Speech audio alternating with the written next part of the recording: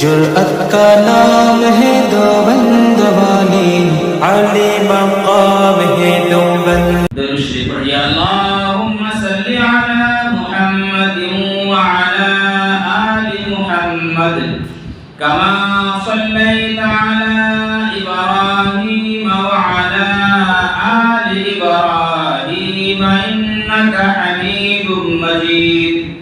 اللہم بارک علی محمد وعلی آل محمد کما بارکت علی ابراہیم وعلی آل ابراہیم انک حمید مجید۔ میرے محترم بزرگوں اور دوستوں، حاضرین جمعہ، تمام طرح کی بڑائی بزرگی اللہ تبارک و تعالیٰ کے لیے ہے جو تمام جہانوں کا پالنہار ہے۔ اس کے بعد درود و سلام تمام انبیاء علیہ الصلوۃ والسلام کے اوپر ہو، خصوصی طور پر جناب محمد عربی صلی اللہ تعالی علیہ وسلم کے اوپر ہو۔ میرے عزیز دوستوں اور بزرگوں، یہ ذی الحجہ کا مہینہ رواں دواں ہے اور آج چاند کی 9 تاریخ ہے، جسے عرفہ کا دن کہتے ہیں۔ اس دن کی بھی بہت بڑی فضیلت ہے۔ حدیث مبارکہ سے پتہ چلتا ہے کہ اللہ کے رسول صلی اللہ علیہ وسلم نے ارشاد فرمایا کہ اللہ تبارک و تعالی عرفہ والے دن جتنا آدمی کو بخشتا ہے، جہنم سے آزاد فرماتا ہے، اتنا دنوں میں کسی دن نہیں فرماتا۔ یہ وہ دن ہے آج کا 9 ذی الحجہ۔ ایک دن کا روزہ 2 سال کے روزوں کے برابر ثواب ملتا ہے۔ آج کے دن کے دعا اللہ تبارک و تعالی قبول فرماتے ہیں۔ میرے عزیز دوست اور بزرگوں، تو یہ مہینہ، یہ 10 دن، اس مہینے کے شروع عشرہ کا یہ 10 دن بہت بابرکت والا دن ہے، لیکن ہم لوگ اس سے غافل ہیں۔ اس مہینے کے اندر میرے عزیز دوستو جو حج اور قربانی ہے، اسی کے متعلق میں آپ کے سامنے پچھلے جمعہ کے اندر کچھ ذکر کیا تھا، جس میں آپ کو بتایا تھا کہ اللہ تبارک و تعالی کا پیارا نبی حضرت ابراہیم علیہ السلام نے اللہ کو راضی کرنے کے لیے اپنے بیٹے کو قربانی کیا۔ میرے عزیز دوستو، جب ابراہیم علیہ السلام کو خواب آیا کہ میرے راہ میں صدقہ کرو، تو میرے عزیز دوستو صبح ہوتے ہی 100 اونٹ قربان کر دیے اور غریبوں میں تقسیم کر دیا۔ بعض کتابوں میں آتا ہے کہ 200 اونٹ میں ذبح کیا۔ قصص الانبیاء کے حوالے سے میں آپ کو کہہ رہا ہوں۔ الغرض جب ابراہیم علیہ السلام کو خواب کے اندر یہ بتایا کہ میں وہ چیز مانگتا ہوں جو دنیا میں سب سے زیادہ تجھے محبوب ہے، تو ابراہیم علیہ السلام سمجھ گیا کہ اللہ تبارک و تعالی نے اسماعیل علیہ السلام کی قربانی کو مانگا ہے۔ جب اللہ تبارک و تعالی کا یہ حکم ابراہیم علیہ السلام نے ٹھان لیا، ارادہ کر لیا کہ میں اسماعیل کو ذبح کروں گا، اللہ کے راستے میں قربانی کروں گا، تو میرے عزیز دوستو جب ابراہیم علیہ السلام اسماعیل علیہ السلام کو لے کر جانے لگے، جو پچھلے جمعے کے اندر میں سب کچھ آپ کو بتا دیا، رسی اور چھری کو چھپا لیا، تو سب سے پہلے جب شیطان کو یہ پتا چلا اور شیطان نے یہ سوچا کہ اللہ کے امر کو، اللہ کے حکم کو اور اللہ کو راضی کرنے کے لیے لوگ اگر مانگے اپنے بیٹے کو قربانی اور باپ اپنے بیٹے کو قربان کر دے تو مسلمانوں کا، انسانوں کا یہ تو بڑا مقام اونچا ہو جائے گا۔ شیطان کو تکلیف ہوئی اور بہکانے کے لیے سب سے پہلے حضرت حاجرہ کے پاس پہنچا، جو میں آپ کو بتا چکا ہوں۔ میرے عزیز دوستو، یہاں ایک نقطے کی بات ہے کہ سب سے پہلے عورت کے پاس شیطان کیوں آیا؟ شیطان کو بھی یہ پتا ہے کہ معاملے کے اندر، پھسلنے کے معاملے کے اندر عورتیں جلدی پھسل جاتی ہیں، لیکن جو ایمان والی عورتیں ہو، جس کے پاس ایمان ہو، چاہے مرد ہو چاہے عورت ہو، چاہے اس کے اوپر، اس کے بعد اس کے سروں کے اوپر پہاڑ جیسے مصیبت آ جائے، لیکن اس کے قلب میں، اس کے دل کے اندر اگر ایمان ہے تو وہ پھسل نہیں سکتی۔ حضرت سمیہ رضی اللہ تعالی عنہ 70-80 سال کی بوڑھی ماں ہے۔ میرے عزیز دوستو، سارا کے سارا مکہ مشرکوں سے بھرا ہوا ہے۔ حضرت سمیہ رضی اللہ تعالی عنہ کو پکڑ لیا۔ ایمان کی ایک جھلک میں رکھوں آپ کے سامنے۔ حضرت سمیہ رضی اللہ تعالی عنہ کو پکڑ لیا، چوک میں لا کر کھڑا کر دیا، اور ابو جہل اور بڑے بڑے لیڈر سامنے آئے اور فرمانے لگے کہ سمیہ تو کیا کہتی ہے؟ سمیہ کہنے لگی کہ میں لا الہ الا اللہ محمد رسول اللہ صلی اللہ علیہ وسلم کہتی ہوں، پڑھتی ہوں، ایمان لے آیا ہوں۔ کہا کہ یہ تمہیں چھوڑنا پڑے گا۔ سمیہ کہتی ہے کہ چھڑوانے والے کبھی سے ختم ہو گیا ہے۔ ابو جہل کہتا ہے کہ تجھے جان سے مار دیں گے۔ سمیہ رضی اللہ تعالیٰ عنہ کہتی ہے کہ ابو جہل، یہ جان تو آنی جانی ہے، اسے کون بیوقوف بچاتا پھرے، آج نہیں تو کل، کل نہیں تو ایک نہ ایک دن یہ جان کو دینا ہی پڑے گا۔ فرماتی ہے کہ میں اپنی جان کو تو قربان کر دوں گی لیکن ایمان کو نہیں چھوڑوں گی۔ میرے عزیز دوست، ابو جہل نے حضرت سمیہ رضی اللہ تعالی عنہ کے پاؤں کے اندر رسی باندھ دیا، دونوں پاؤں کے اندر رسی باندھ کر دونوں طرف اونٹ کو باندھ دیتا ہے۔ ذرا غور کرو میرے نوجوانوں، ایمان جس کے دل کے اندر آ جاتا ہے۔ حضرت سمیہ رضی اللہ تعالی عنہ کہنے لگی، یہ مکے کے جو تم کو پہاڑ نظر آ رہا ہے، یہ اپنی جگہ سے تو ہل سکتا ہے لیکن سمیہ کے دل سے ایمان نہیں جا سکتی۔ چاہے تم مجھے ٹکڑے ٹکڑے کر لو، چاہے تم مجھے شہید کر دو، چاہے تم میرے بوٹی کو، میرے جسم کو کوے کو کھلا دو، لیکن میں ایمان سے نہیں گروں گی۔ میرے عزیز دوستو، ابو جہل نے دونوں طرف رسی باندھ کر دونوں طرف اونٹ کو باندھ دیا اور لوگوں کو کہتا ہے اونٹ کو چلاؤ۔ میرے عزیز دوستو، اس وقت بھی برچھا لے کر ابو جہل سمیہ کے سامنے کھڑا ہو گیا اور کہنے لگا کہ سمیہ ابھی بھی جان بچا سکتی ہو، لیکن میرے عزیز دوستو، سمیہ رضی اللہ تعالیٰ عنہ نے وہی جواب دیا اور ابو جہل نے شرمگاہ کے اندر برچھا مار کر ان کو شہید کر دیا۔ اسلام کے اندر سب سے پہلے شہید ہونے والی یہی ماں ہے، 70-80 سال کی بوڑھی ماں ہے، لیکن ایمان اتنا مضبوط ہے کہ مکے کا پہاڑ تو ہل سکتا ہے لیکن اس کے دل کے اندر جو ایمان بس گئی وہ نہیں نکل سکتا۔ تو شیطان سب سے پہلے حضرت حاجرہ کے پاس آتا ہے۔ میرے عزیز دوستو، بزرگ والے شکل، باپوں والے شکل بن کر آتا ہے اور سب سے پہلے پوچھا کہ اسماعیل کہاں ہے علیہ السلام؟ فرمایا کہ اپنے ابا کے پاس گئے ہیں، اپنے ابا کے پاس گئے ہیں، ساتھ میں کہ کہیں گئے ہوں گے، کچھ بتائے ہوں گے۔ فرمایا ہاں، کہ بتا رہے تھے کہ بہت بڑے اپنے دوست کے پاس ملانے کے لیے لے کر گیا ہوں، دعوت میں لے کر گئے۔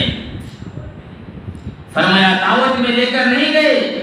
فرمایا پھر کہاں لے کر گئے؟ فرمایا کہ اسماعیل کو ذبح کرے گا۔ شیطان بھی سچ بول دیا کہ اسماعیل کو ذبح کرے گا۔ حضرت حاجرہ رضی اللہ تعالیٰ عنہ کہنے لگی، کیا دنیا کے اندر کوئی ایسا باپ ہے؟ ارے دنیا کے اندر اگر اولاد گناہ بھی کر دے، بدمعاشی کرے تو بھی باپ اس کو کچھ کہتا نہیں۔ یہاں تم تو کہہ رہے ہو کہ باپ کو بھی کیا کہ بیٹے کو ذبح کرے گا، اور ابراہیم جیسے انسان کیسے باپ کو بیٹے کو ذبح کر سکتا؟ کہنے لگا، شیطان کہتا ہے کہ ابراہیم مجبور ہے۔ فرمایا کس چیز کا مجبوری؟ فرمایا اللہ کا حکم ہے۔ اللہ کا حکم ہے۔ جب جو ہی شیطان نے کہا کہ اللہ کا حکم ہے، شیطان حاجرہ کے پاس اس لیے آیا کہ تاکہ میں اس کے وسوسہ ڈالوں، اس کو بہکاؤں، یہ رونے دھونے لگے گی اور کیا کہ جا کر ابراہیم سے اسماعیل کو چھڑا کر لے آئے گا۔ میرے عزیز دوستو، اور حضرت ابراہیم علیہ السلام نے حضرت حاجرہ کو اس لیے نہیں بتایا کہ یہ عورت جات ہے اور بڑھاپے کی اولاد ہے، ایک ہی بیٹا، اور اس بیٹے کی چمک جس کے پیشانی پر حضرت جناب محمد عربی صلی اللہ علیہ وسلم کی نبوت چمک رہی ہو، کتنا حسین ہوگا، کیسے خوبصورت۔ اور بچہ 8-9 سال میں اپنی زندگی کا سب سے خوبصورتی بچے کے اندر وہی ہوتا ہے 8-9 سال کی عمر میں، اور اسی عمر میں اللہ تبارک و تعالیٰ نے اس کو ابراہیم علیہ السلام کو ذبح کرنے کا، قربان کرنے کا حکم ملتا ہے۔ میرے عزیز دوستو، یعنی وہاں بھی شیطان کامیاب نہیں ہوا۔ پھر ابراہیم علیہ السلام کے پاس، اسماعیل علیہ السلام کے پاس شیطان آیا، وہاں بھی کامیاب نہیں ہوا۔ اور ابراہیم علیہ السلام کے پاس بھی شیطان آیا کہ دیکھو یہ بڑھاپے کی اولاد ہے، یہ خواب کی بات ہے، تم کیا کرنے جا رہے ہو، پھر 100 اونٹ اور ذبح کر دو۔ لیکن میرے دوستو، ابراہیم علیہ السلام نے سمجھ گیا کہ یہ شیطان ہے، اور اٹھا کر کنکریاں جو مارا، یہ اللہ تبارک و تعالیٰ کو اتنا پسند آیا کہ آج بھی حاجی جب حج کرنے کے جائیں تو یہ کنکریاں والا عمل آپ کو کرنا ہی پڑے گا۔ اور ان سب کے باتوں کو میں آپ کے پچھلے خطبے کے اندر بتا چکا ہوں۔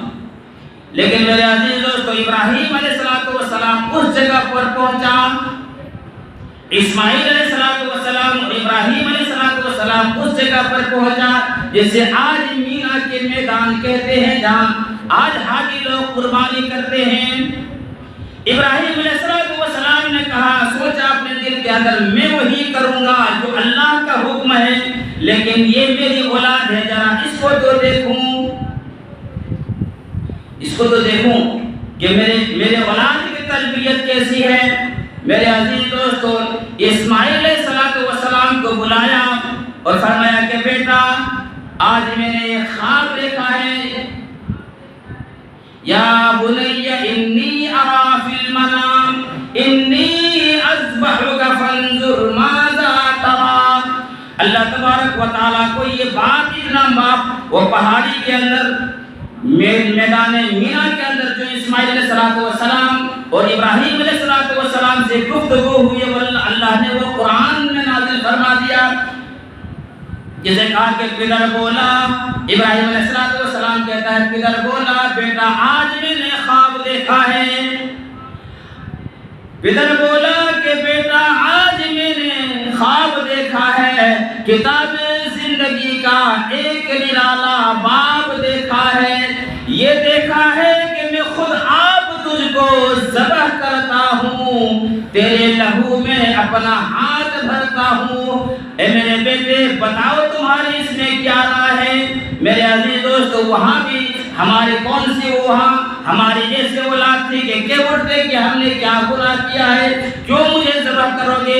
فوراً کہنے لگا، قال ستجدنی انشاء اللہ من الصابرین۔ اے میرے ابو جان، اے میرے باپ، جو اللہ تبارک و تعالیٰ کا حکم ہے جلدی کر گزرو، انشاء اللہ من الصابرین۔ نبی ہے، نبی والا کلام کرتا ہے، کیا کہتا ہے کہ میں صبر نہیں بلکہ انشاء اللہ من الصابرین، اللہ نے چاہا تو مجھے صبر کرنے والوں میں سے پاؤ گے۔ میرے عزیز دوستو، دونوں تیار ہو جاتے ہیں، باپ بیٹے۔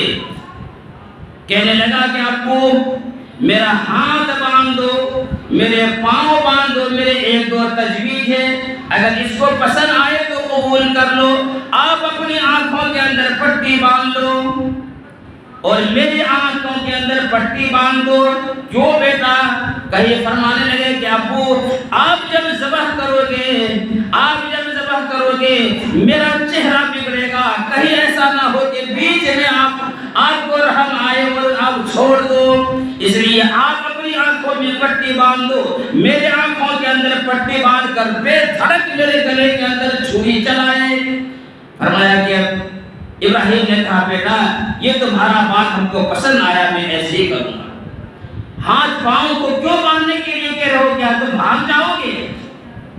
فرمایا نہیں ابو میں بھاگ نہیں جاؤں گا، بلکہ میں اس لیے کہہ رہا ہوں میرا ہاتھ کو باندھو، میرے پاؤں کو باندھو، جب آپ میرے گلے کے اندر چھری چلاؤ گے میرا جان جائے گا، میرا ہاتھ پاؤں حرکت کرے گا، کہیں ایسا نہ ہو کہ آپ کے اوپر میرا پاؤں لگ جائے اور اللہ تبارک و تعالیٰ مجھے بے ادبوں میں شمار نہ کر دے۔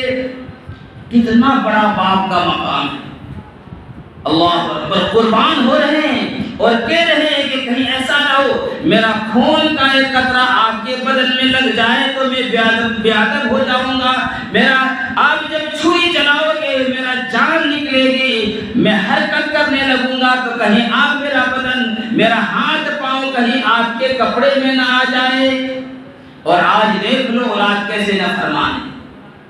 میرے پیارے، میرے عزیز دوستو، حضرت ابراہیم علیہ السلام نے کہا کہ بیٹا ایسے ہی کروں گا، اور میرے عزیز دوستو کہا کہ مجھے اوندھے لٹا دو۔ جتنے تجویز کہا تھا، 3 طریقے بتائے تھے، سب کے سب ابراہیم علیہ السلام نے کر لیا۔ اپنے آنکھوں کے اندر پٹی باندھ لی، اسماعیل علیہ السلام کے اوپر بھی پٹی باندھ دی آنکھوں کے اندر، اور ان کے ہاتھ پاؤں بھی رسی سے باندھ دیا۔ یہاں ایک مسئلہ اور سمجھیں، جانوروں کو آج تو ہم لوگ اپنی طاقت دکھاتے ہیں، ایک پاؤں سے بکرا پکڑا ہو دوسرے میں چھری چلا دیا، چاہے بکرا کیسے تڑپ رہا ہو، بالکل یہ طریقہ غلط ہے۔ بکرے کو چاروں پاؤں باندھنے کا حکم ہے تاکہ اس کو کم سے کم تکلیف، ہاتھ اس کے بکرے کو ذبح کرنے سے پہلے مضبوطی سے باندھنے کا ہے۔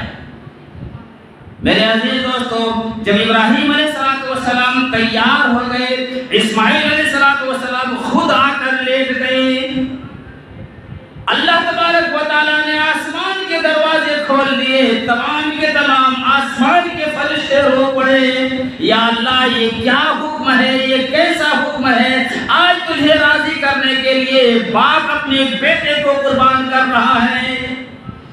میرے عزیز دوستو، ابراہیم علیہ السلام چھری چلاتا ہے، چھری چلتی ہے لیکن کاٹتی نہیں۔ اسماعیل علیہ السلام کہہ رہا ہے کہ ابو ایسا لگ رہا ہے کہ آپ چھری الٹا چلا رہے ہو، مجھے تو درد ہی نہیں ہو رہا ہے، مجھے تو کیا کہ خون ہی نہیں نکلا ہے، سیدھی چھری چلاؤ۔ ابراہیم علیہ السلام نے کہا کہ بیٹا میں تو چھری تو سیدھے چلا رہی ہوں لیکن چھری چل رہی ہے لیکن کاٹتی نہیں۔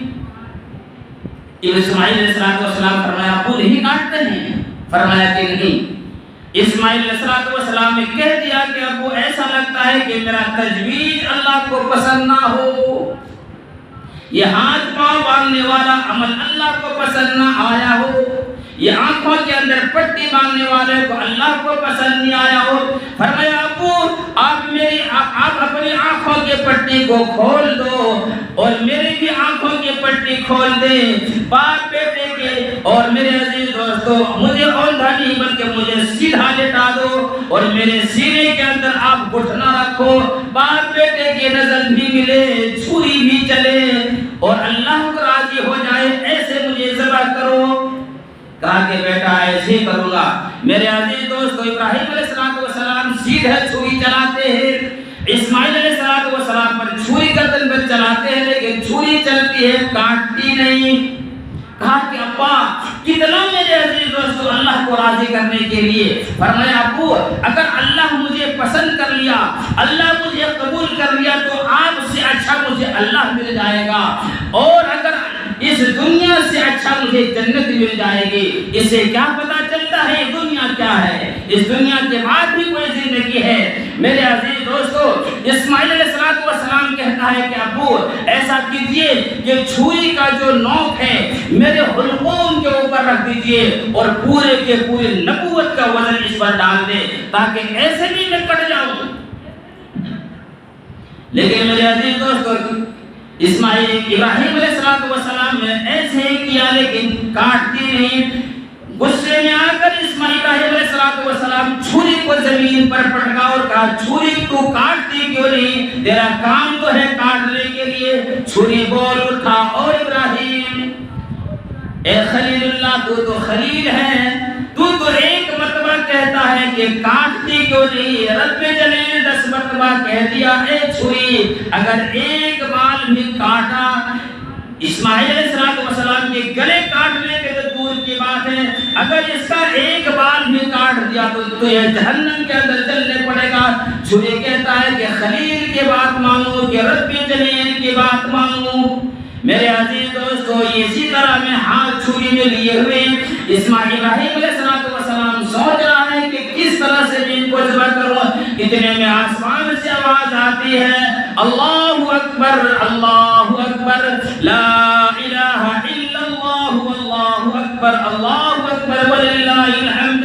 ابراہیم علیہ السلام نے آسمان کی طرف ہاتھ اٹھا کر دیکھا تو جبرائیل امین آیا اور میرے عزیز دوستو کہا کہ قد صدقت رؤیا کہ ابراہیم تو نے اپنے خواب کو سچ کر دکھایا، انا کذالک نجزی المحسنین، اور جنت سے بہترین ایک دمبا لایا۔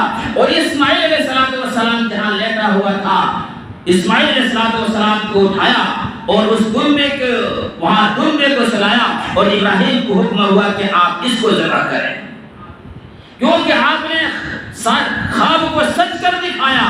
قد صدقت الرؤیا، جو خواب اللہ تبارک و تعالیٰ سے، جو سپنا اللہ تبارک و تعالیٰ کی طرف سے آیا تھا وہ آپ نے سچ کیا، اور اللہ تبارک و تعالیٰ بہترین بدلہ دیتا ہے، اس لیے آپ اس دمبے کو ذبح کریں۔ میرے عزیز دوستو اور حاجرہ کو بھی بتا دے کہ اللہ تبارک و تعالیٰ ایسے ہی انسانوں کو بدلہ دیتا ہے۔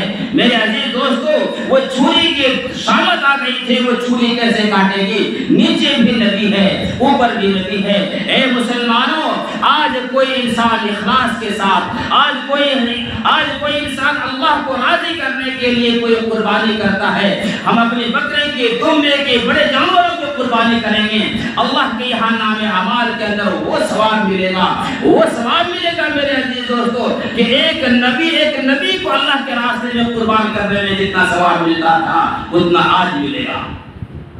لیکن آج ہمیں قربانی کے فضائل معلوم ہوتے ہوئے قربانی نہیں کرتے ہیں۔ اور یاد رکھیے گا صاحب نصاب جو ہے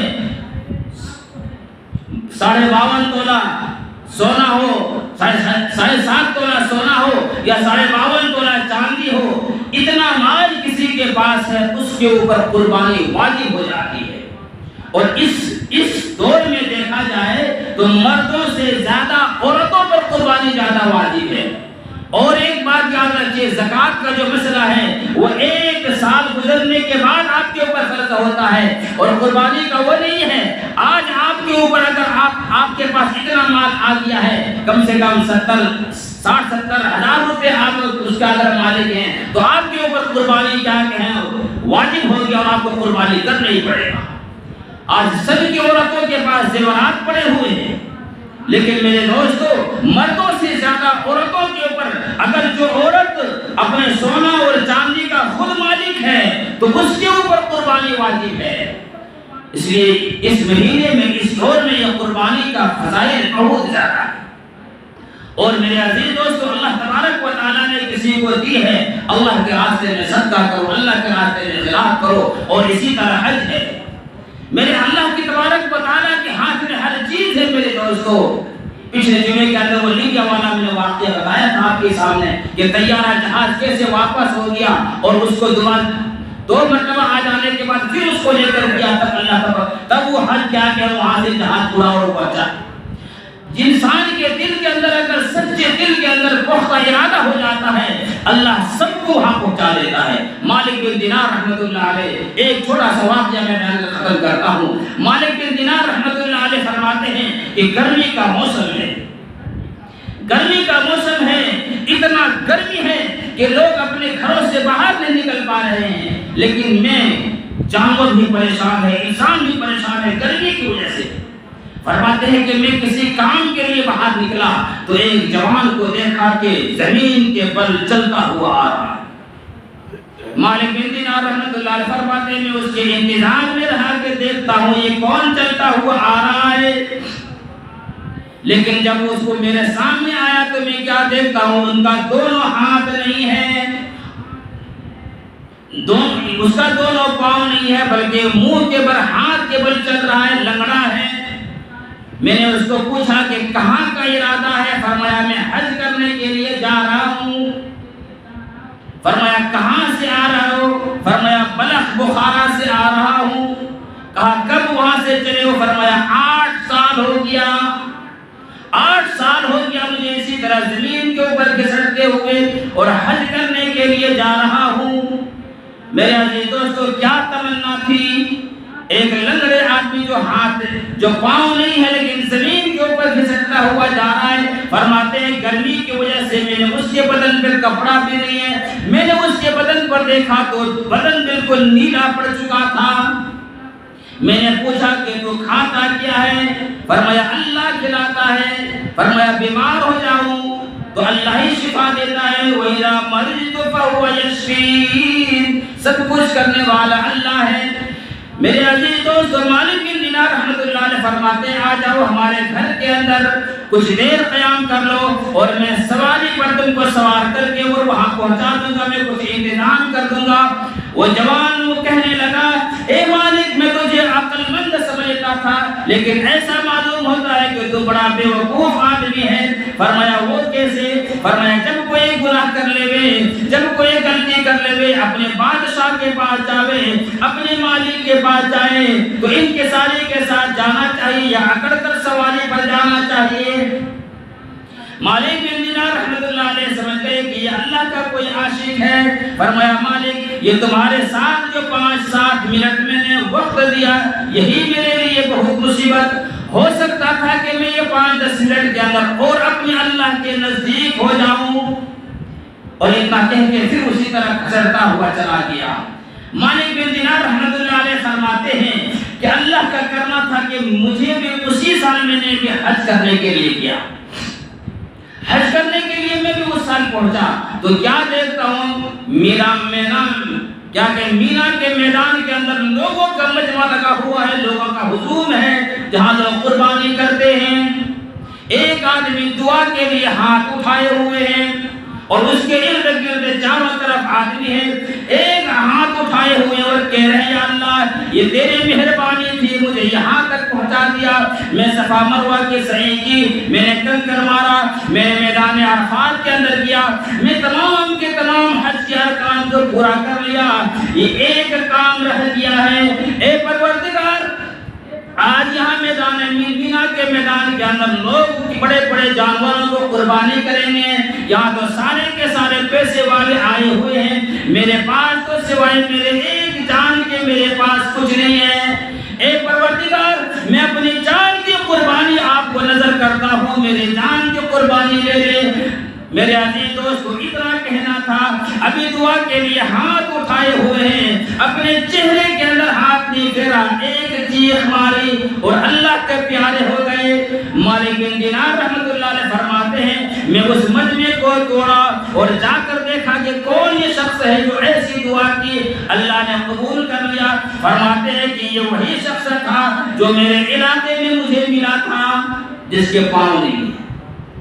اے میرے عزیز دوستو تو اللہ تبارک و تعالیٰ جسے چاہتا ہے جہاں چاہتا ہے وہاں پہنچا دیتا ہے، نیت صحیح ہونے چاہیے۔ آج ہمارے پاس بینک بیلنس ہے، ہم پیسے کے اندر پیسے کو میرے عزیز دوستو اپنے بینک بیلنس کل نہ ہو جائے اس لیے صحیح طریقے سے نہ قربانی کرتے ہیں نہ حج کرتے ہیں۔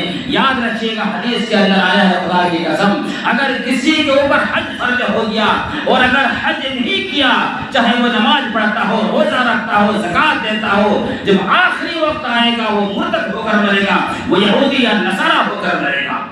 اس لیے میرے عزیز دوستو جس کے اوپر حج فرض ہے وہ حج کرے، جس کے اوپر قربانی فرض واجب ہے فرض ہے وہ قربانی کرے۔ اور پھر اس 5 دنوں کے اندر ایک ہر نماز کے اندر ایک تکبیرات تشریق کہا جاتا ہے جو آج 9 ذی الحجہ سے فجر سے لے کر 13ویں تاریخ کے عصر تک پڑھی جاتی ہے۔ اللہ اکبر اللہ اکبر لا الہ الا اللہ واللہ اکبر اللہ اکبر وللہ الحمد. یہ میرے دوستو ہر نماز فرض نماز کے بعد ایک مرتبہ اونچی آواز سے پڑھنا واجب ہے. مردوں کے لیے ایک مرتبہ اونچی آواز سے پڑھنا کیا ہے؟ واجب ہے. عورتوں کے اوپر بھی واجب ہے لیکن وہ آہستہ پڑھے. عورتوں کی آواز بھی پردہ ہے لیکن وہ اپنے گھر کے اندر نماز پڑھے تو آہستہ پڑھے. یہ تکبیر یاد رکھو میرے دوستو. اللہ اکبر لا الہ الا اللہ واللہ اکبر وللہ الحمد. یہ ہر نماز فرض نماز کے بعد ایک مرتبہ اونچی آواز سے پڑھنا واجب ہے. اگر کسی کے رکعت اگر چھوٹ جائے جب وہ اپنی رکعت کو پورا کر لے مردہ تو وہ بھی کیا کہ بلند آواز سے پڑھے. میرے عزیز دوست بزرگوں اللہ تبارک و تعالی سے دعا ہے یا اللہ جتنے مسلمان مرد عورت حج کرنے کے لیے گئے یا اللہ تو سب کو قبول فرما. یا اللہ جتنے مسلمان مرد عورت قربانی کر رہے ہیں یا اللہ تو سب کی قربانی کرنا قبول فرما اور ہم سب کو بھی حج کرنے کی توفیق عطا فرما. میرے عزیز دوستو اور اللہ تبارک و تعالی ہم سب کو کہنے سننے سے زیادہ عمل کی توفیق عطا فرما. وما توفیق الا باللہ. سنت ادا کرنے جو